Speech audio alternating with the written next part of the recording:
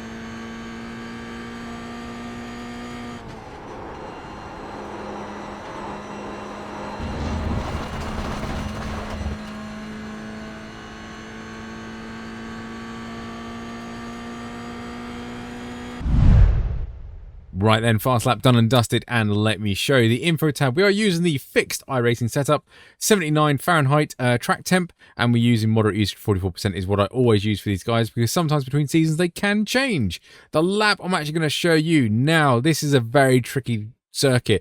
The last corner is so critical to lap time for the one that you're completing and the next one. Last corner is definitely by far the most important, followed by turn one. Getting a good exit out of turn one can save you literally 2.5 tenths, quite easy for getting a good exit there. So you can see up here we started off getting into 20s quite early, and then we had a 20.6 I think it was down there. That was getting light on fuel, so came out again, did a few more laps, and then we got back into the 20s, a 20.7, and then we're going to show you the 20.593. So that's the lap I'm going to show you. By far my quickest. I think I can definitely stay into the mid to high 20s in the race session. Now, slipstream is a thing, kind of. It's worth about 2 tenths down this straight. This circuit is quite small, so this length of straight is actually quite big for this circuit. So gaining 2 tenths will encourage people to do dive bombs into turn one. So make sure you practice alternative lines through there. It's going to be carnage, to be honest, because the track is so small and there's not a lot of margin for the fast guys to be really, really fast and everyone else to try and catch up to them. So the margins are going to be so tight. Qualifying is going to be so critical, and trying to survive this race will be absolutely insane. It's kind of like Okayama again, where it's really, really awkward to overtake. But anyway, enough of me waffling. Let me show you my split times. There we go. You can see my my best there is what I'm going to show you, and my optimal is a few hundredths of a tenth quicker. So we're pretty much on the money of what I can physically do anyway in this session. Otherwise, above my head, we have Discord, where the OLAP, BLAP, spreadsheet replay file will all be hidden in there. And obviously, don't forget, if you do like this video, like and subscribe to that lovely YouTube stuff. And yeah, let's get on with the breakdown lap. Right then, Lime Rock Park. Now, this is a tricky little rascal, but we are hunting down for turn one, and it's a long way down here, so bear that in mind.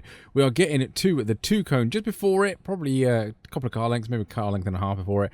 Absolutely stand on the brakes, get the thing stopped, second gear, nice and easy. You can actually go around here first as well if you want. Avoid the bumps on the apex, so come away from the curb as soon as you sort of get near it, and absolutely full throttle out of there. Yeah, as mentioned, you can get first, get a bit of a punch around there, but just be careful about the rear end over-rotating on gear down changes.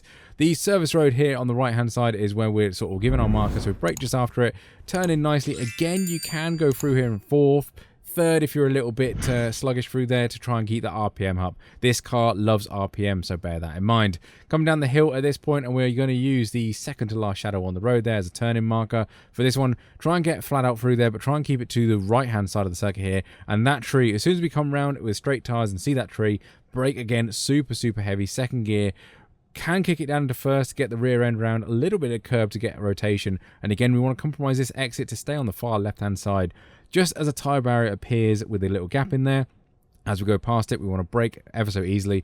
Down to first gear, get the rotation, full throttle as soon as we can. We're actually full throttle from this point for a very long way. So getting a good exit and being smooth through here is definitely key to lap time. Try and keep mid to right track around here. easy around this the right-hander to maximize this left-hander. So this left-hander is absolutely crucial. We don't want to touch the grass or the curb because you lose traction and grip. We want to stay on the left-hand side of the circuit to really open up this right-hander. This is cambered in the apex of the corner here, so get into that and use that to your advantage to get the car rotated and out. Short shift into, or shift into fourth as soon as you can, and we're coming down. You can get an overtake done in this section before the last corner, but it is very tricky considering the last corner leads onto the massive straight. Dirt patch on the left hand side with a little bit of braking, fourth gear through here. You can give the curb a little cheeky tickle on the way through, but just be careful, it can push you wide if you do start bouncing. Try and crank on and stay on the circuit as best you can. That is not an off track. You can dip a tyre onto the gravel trap any further than that and you will risk an off track, so be cautious. But that is us done and dusted, and this is why that last corner is so important, because look at the straight. You can't even see turn 1 from here. It is hugely long, this circuit, or this straight for this size of circuit, to be honest. And to be honest, look how long it is from turn 9 on the little track map up there, turn 9 to turn 10. You can see how important the exit of turn 6 is through 7, through 8, through 9, and then to 10. That's probably the easiest full throttle zone there, so getting a good slingshot out of there will help your lap time as well. Complex circuit this, really do enjoy it around here. Overtaking will be an issue as mentioned, but fingers crossed you can see the checkered flag. Otherwise, thank you very much for watching. Don't forget to do that lovely YouTube stuff, like and subscribe. Otherwise, have an awesome time. I will catch you on the next one.